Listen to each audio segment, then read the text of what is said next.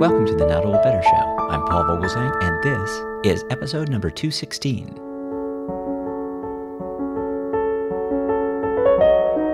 As part of our Smithsonian Associates Art of Living interview series, we're joined today with Elisabeth Griffith. Historian Elisabeth Griffith, a biographer of suffrage pioneer Elizabeth Cady Stanton, leads a fast-paced series at the Smithsonian Associates that examines the history of women in America from the colonial period through second-wave feminism. Each session covers approximately a century of American history. The sessions are ongoing, and they trace the advances, setbacks, accomplishments, and complications of the nation's diverse women. American women experience our history on two timelines, one blue, one pink. The blue traditional timeline marks accomplishments of male explorers, settlers, founders, presidents, generals, overseers, business moguls. All women experience those events, but not always in the same way. Then there are events on a pink timeline: access to education, employment, birth control, Pampers, refrigeration, sewing machines, the right to vote, can sometimes be more significant in the lives of women than the traditional items. Finally, all women includes all women. Women of different classes, races, religions, educational backgrounds, marital status, maternal status, gender orientation, geography, and age. Before historians draw a conclusion about women, they should ask which women. Fortunately, increasingly, they do. So the blue and pink and brown and black and rainbow narrative lines can weave together to create a more complex, more colorful, and more accurate patchwork of American history. That, of course, is our guest today, author, historian Elisabeth Betsy Griffith. Betsy Griffith will be at the Smithsonian Associates program presenting She Persisted and Resisted: 4 Centuries of Women in America, which is an ongoing series. Please join me in welcoming to the Not Old Better Show via internet phone, Betsy Griffith. Betsy Griffith, welcome to the program. Thank you. You know, you are going to be appearing at the Smithsonian coming up. We're going to talk a little bit about that. But your series, your 4-part series, is already underway. I wonder if you'd tell us briefly about both what you've done already and then maybe just briefly what's coming. Well, I'm attempting a survey of 4 centuries of history in 4 sessions. Too many Americans know too little about the roles of American women, and the roles they've played are part in the development and the expansion of our democracy. And I want to offer not only some facts and some dates, but some broader concepts and some themes, and provoke people to learn even more. Every class comes with a reading list so people can dig more deeply, but I find women's history engaging and energizing and sometimes enraging, but it's always interesting. And most of us never had a class in women's history at any level of school, so there's a lot to learn. I've been teaching at college and high school and in public places since the 1970s, and I'm still learning. There's a lot to learn about women in history. It is very interesting. I have never had a class in women's history, so I'm fascinated by this. Well, men and women take my class, so you are welcome anytime. Good. Well, thank you. I appreciate that. But it's very nice to talk to you right now. And I have a couple of questions about this, about women's history, because you say, one of the questions, as a matter of fact, that you ask and then answer is, how have we defined the appropriate roles for women and for which women? And then you say ladies, mill girls, slaves, or frontiers women. So I wonder if you'd give us that answer a little bit about definition and tell us what you mean by frontiers women. Paul, you have really reached a significant question about women in history, because the roles they have been allowed to play have on the whole been defined by men. And I'm going to take you back even farther than American history. This whole idea of how women should behave, what they should be allowed to do, is in most cultures based in the creation myth. So in Judeo-Christian traditions, dating back to Genesis, women are Adam's rib. That was one version. There's the other version where men and women are created at the exact same moment in the image of God, but that raised so many questions that they stuck with Adam's rib.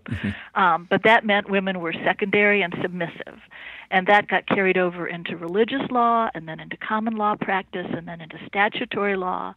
So women, for most of written history, most of American history, have been legally subordinate to men, physically weaker than men, and so their roles have been viewed as less than.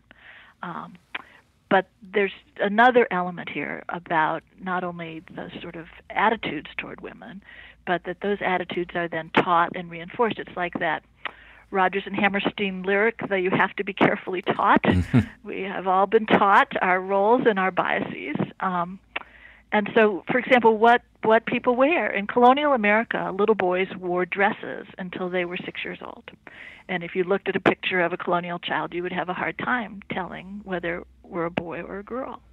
And then for many years, for years and years and years, women were not allowed to wear trousers and were confined in layers of clothes, yardage of clothes, in ways that were even unsafe. The introduction of the streetcar and the railroad proved how dangerous it was for women to carry a package, a child, and try to mount into one of those moving carriages, and that eventually led to shorter hemlines. Other things did as well. But this idea that it's not appropriate for women to be educated, it's not appropriate for women to work outside the home, it's not appropriate for women to vote or engage in political reform, those are sort of imposed views which clearly don't make any sense factually, but it's how some people were raised. Now, going back to, I'm so glad you picked up on the different kinds of women, because then you have to ask, so does this apply to everybody? Women on the American frontier had more opportunities than women in other roles in our society because the frontier was so rigorous that men needed a partner, really an economic partner, to help turn raw materials into marketable products. It's one of the reasons that women get university education in the West earlier than in the East, that they vote in the West, that there was a value placed on the contributions of women to a community. Slave women are in horrible situations, have no rights once they're freed, either before or after slavery, depending on where they were living.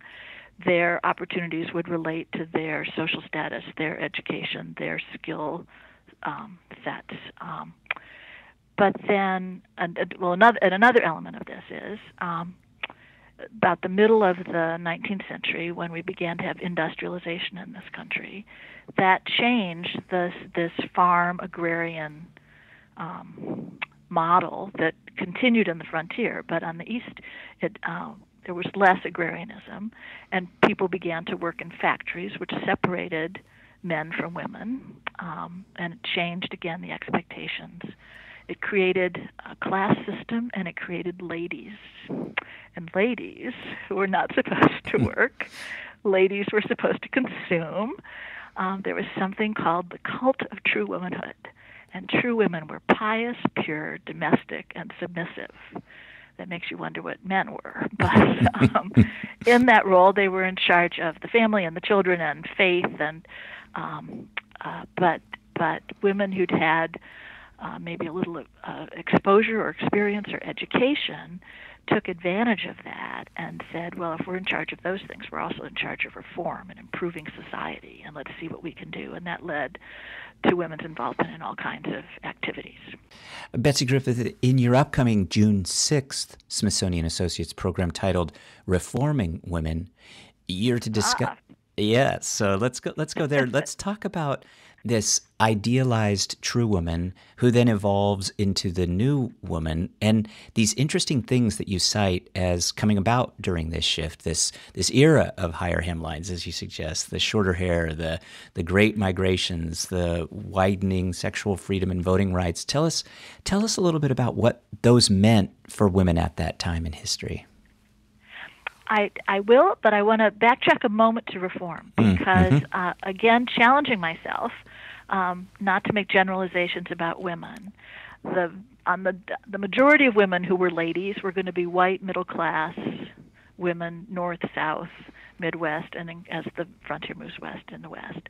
But these same characteristics would have applied to African American women in post-Civil War America, who were under much more dangerous conditions, and they had fewer resources. But African American families put an even greater emphasis on education for women by percentage. More black daughters were sent to college than white daughters, because African American families saw it as a way to save their daughters from Jim Crow, rape, and harassment. So there are trailblazers among these same kind of, as white women turned to reform abolition, temperance, anti-prostitution, women's rights, African American women turned to anti-lynching. And so there are significant things happening in both the black and white community. Now, the question was about true women and new women. Yes. So true women goes back to this cult of true womanhood. These ladylike women who are supposedly confined in these domestic roles, these pious domestic roles. But as I say, that allowed them, some of them, to branch into reform activities. And those are the women who would bring us suffrage, temperance reform, abolition. The new woman applies to women at the beginning of the 20th century, and I think it's probably most typified by either the Gibson Girl or the Flapper.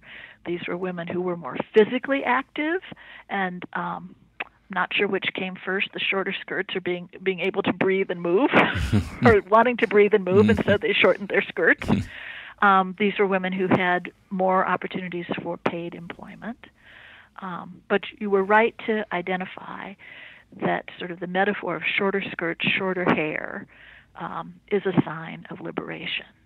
And just being able to, employment is also, like education, a move toward liberation. Employment especially, because if it took you out of your home or out of your neighborhood, it means you were less observed, less chaperoned, and could have more sex.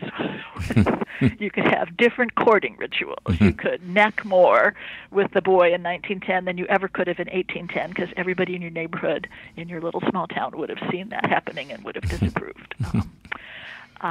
So there are many changes in social behavior, in the definition of what's appropriate for women during this period, maybe from 1870 to 1920, quite dramatic changes.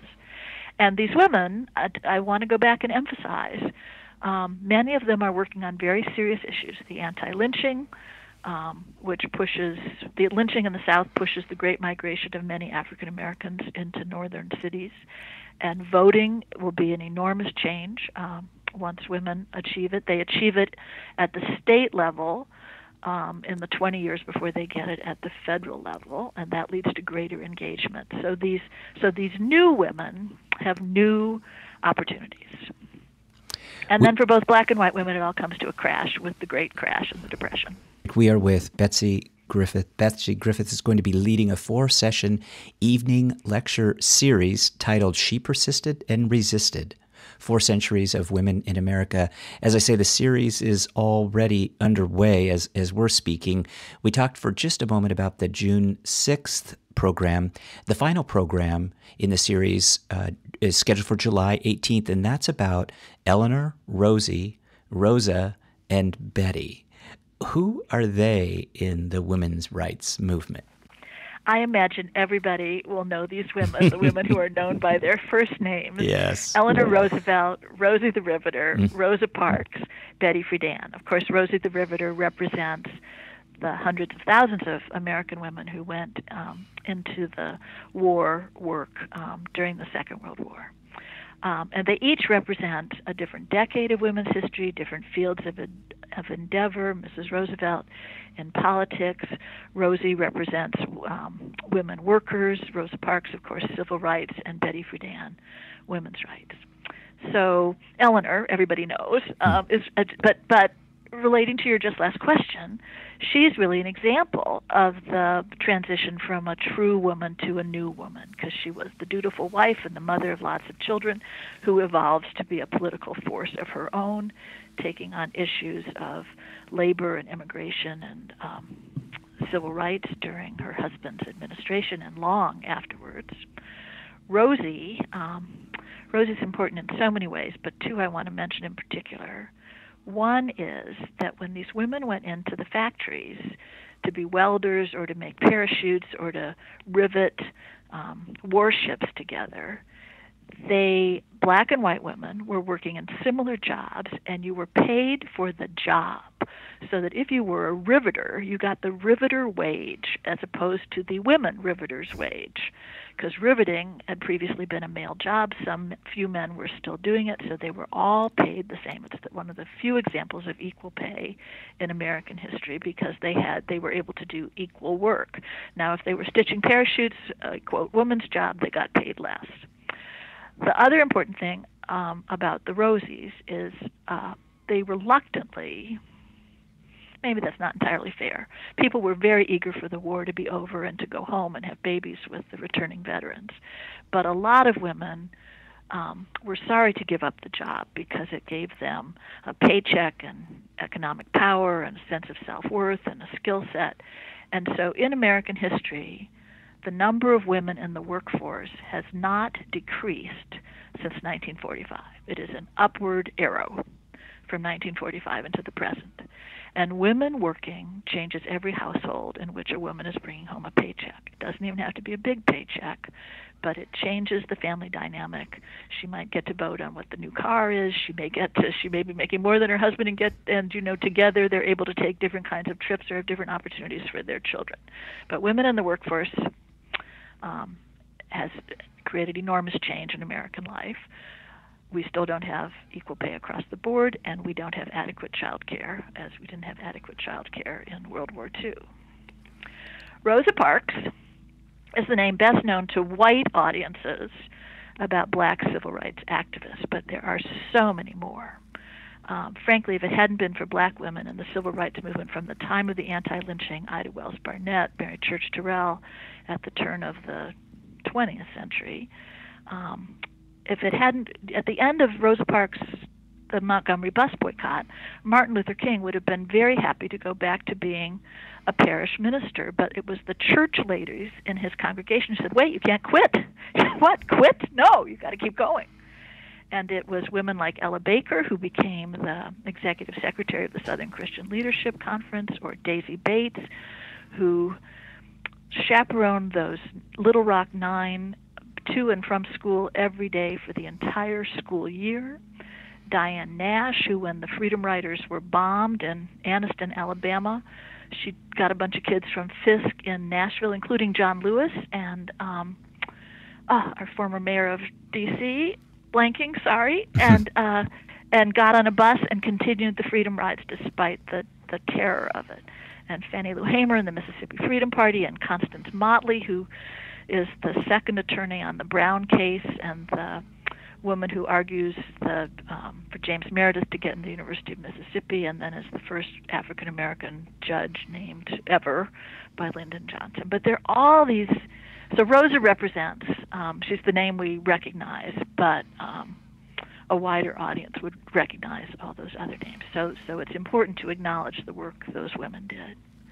And similarly, Betty Friedan, known for publishing The Feminine Mystique in 1963, some people think, quote, the second women's movement started then, but you could also argue that the first one never ended, we're just in different stages. Mm-hmm.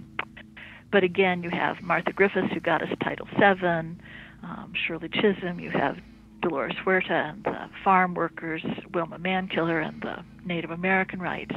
And then you have people whose names we're never going to know, the women who were members of the Red Stockings or the Janes, who were all sort of really militant, local level women. I think the Boston Women's Collective may be one that's the best known because they published that book, Our Bodies, Ourselves. So many layers to the 1960s women's activism. And if I had a fifth and sixth class, we could go on and talk about Sally Ride and Justice O'Connor and Justice Ginsburg. because it gets to be, you have to be careful in women's history not to focus just on the firsts or the names, but to think about what they represent and how these changes, I mean, Title VII of the Civil Rights Act in 1964 was really intended, obviously, to be a civil rights act, but by inserting the word sex into that particular clause, it opened up enormous employment opportunities. And without an Equal Rights Amendment, that Title VII has given the Supreme Court the legislative base on which to make some of the decisions which have helped advance women's lives. So you can see how excited I get about women's history. Oh, it is. And how much there is to learn. Yeah, there is a lot to learn. It is a very interesting, important subject, and you refer to this just a moment ago when you say the women's movement isn't done. It's not always so wise to focus on those early women and perhaps ignoring some of what's going on today. And certainly with respect to the title, She Persisted and Resisted, in your opinion, are women still persisting and resisting? And we have of course, the movement now, the hashtag #MeToo movement. Is that persistence? Is that resistance? Is that both going on? Are we making progress? Are men responsible for this? Are women not listening to women? Where are we today with all of this, Betsy Griffith? There would be no progress for women's rights in our country without male allies. Only one woman had the opportunity to vote for the suffrage amendment, Jeanette Rankin, who was the only woman who served in Congress during that period because she came from a state that allowed women to vote, a Republican from Montana. So we have always relied on male allies, and we always will. I think that the persistence, resistance, those are attitudes and activities that women need to engage in. And one of the things that's helpful to me as a historian is to remember how long it takes to change anything. Sometimes it seems speedier than others, but it took 72 years from 1848 to 1920 for us to get the vote, and still not everybody was included until you had the passage of the Voting Rights Act in 1965 or the amendment to get rid of the poll tax. And we still worry about whether everybody has access to the polls. I think there's been enormous positive change in the lives of women. When I was teaching high school, I would ask one of my final exam questions was, which was more important, women getting suffrage in 1920, the passage of Title IX, which was the Sports Education Equality Act, whether it's the creation of the birth control pill, so women had more opportunity to control their reproductive systems.